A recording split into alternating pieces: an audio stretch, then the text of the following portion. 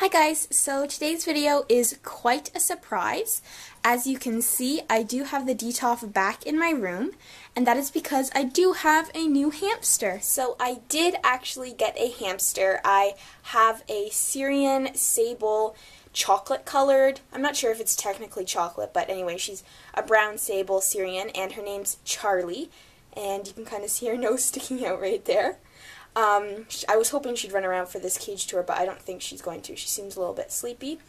Anyways, if you want to know more about her story and how I got her, stay tuned to the end of this video. I'll be going over that. The cage she lives in is called the IKEA Detolf, and it's basically a cabinet or shelving unit from IKEA, which if you install horizontally, you get this really cool aquarium-styled cage for hamsters or other similar-sized species.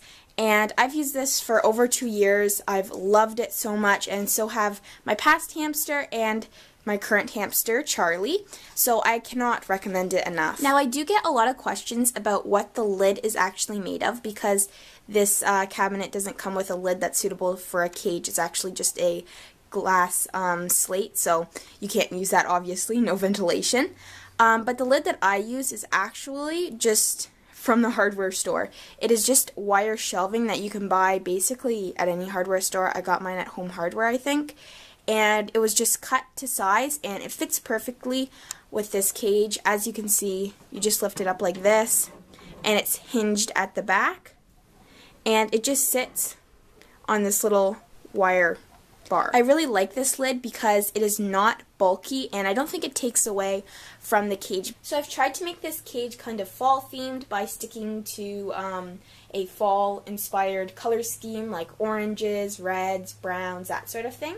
I also added these really cute gel clings onto the cage, which is kind of fall inspired. I'm sorry about the glare, but as you can see, I added a whole bunch of these leaf paper cutouts to the back of the Detolf, just to kind of give it a fall background. So to begin with this cage tour, over on the left I have this little hay hide. I got this at Walmart a couple years ago, I think. And I also have this little ladder perched on it so Charlie can climb up there. We also have this little log hideaway, which Charlie is actually sleeping in right now.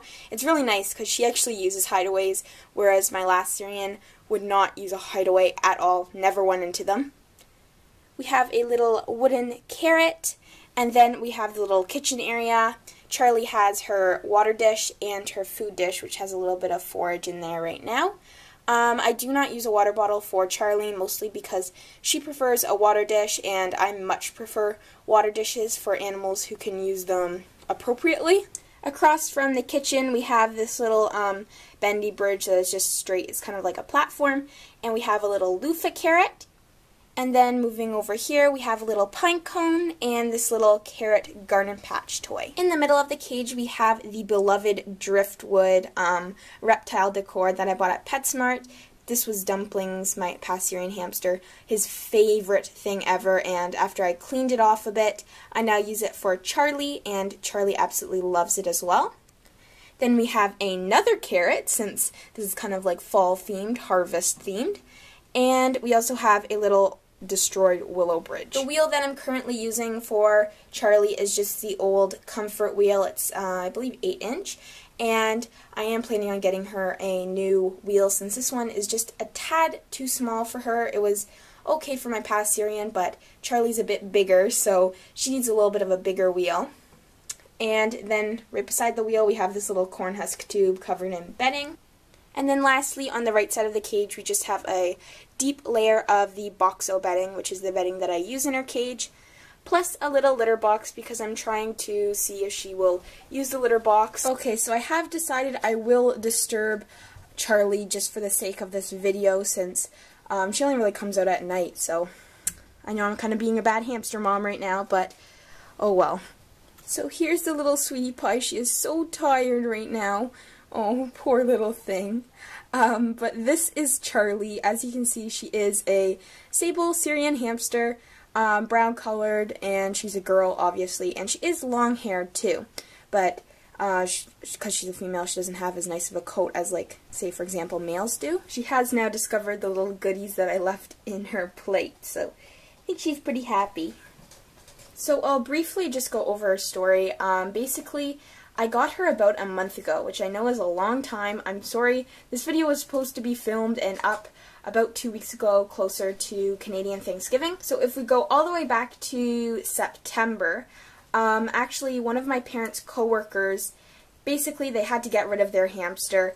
Their kids weren't really interested, plus they had allergies in the family, so anyways, they knew that my family were really big animal lovers, and they knew that I had a lot of small animals, so they asked my mom if I would be willing to take on their hamster, and of course I said yes, because I'm always willing to take on animals that, you know, don't necessarily have a permanent home. But then circumstances changed, and I was under the impression that I actually wasn't going to get Charlie. Just different things went on, and they were not planning on getting rid of their hamster or giving away their hamster. So then, if we go forward about 20 days, it was around, I think, September 20th, September 21st, my mom gave me a call, and she said that she had Charlie at her work, and Charlie was coming home that night. So, of course, we had to put together the DTOF that night, get it all set up into my room, and that is basically the story of how we got little Charlie. Now, I'm sorry if you hear me referring to her as a him. It was because the past owners thought Charlie was a boy, but when I saw Charlie and her fur coat for a long-haired male, that's a really short coat, so I was kind of under the impression that she was a female, and then I checked for sure, and she was. So I actually did film when I first got her home in like the cage that she was in, that sort of stuff. So I'll insert that clip right now so you can kind of see the environment that she was living in before.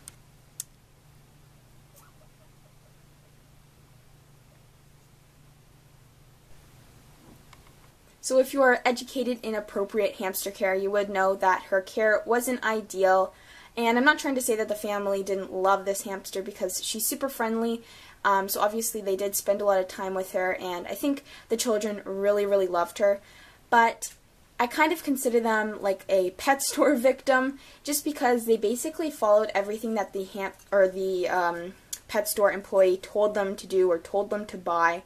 And really, in a perfect world, you would be able to kind of just trust what the employee is saying, but in reality, you really should be doing your own research and not taking everything that the employee says to you as the truth. And anyways, that is sort of Charlie. I just kind of filmed her pigging out on her food right now. She hasn't really been moving around much. Her pouches are all full. I think she's starting to get sleepy again. So that is basically the end of this video. Charlie really wants to go back to sleep, so I'm going to put her hidey back there and let her do so. But anyways, thank you guys so much for watching this video. I hope you enjoyed seeing this little surprise. And yeah. Bye! Oh, that was so cute.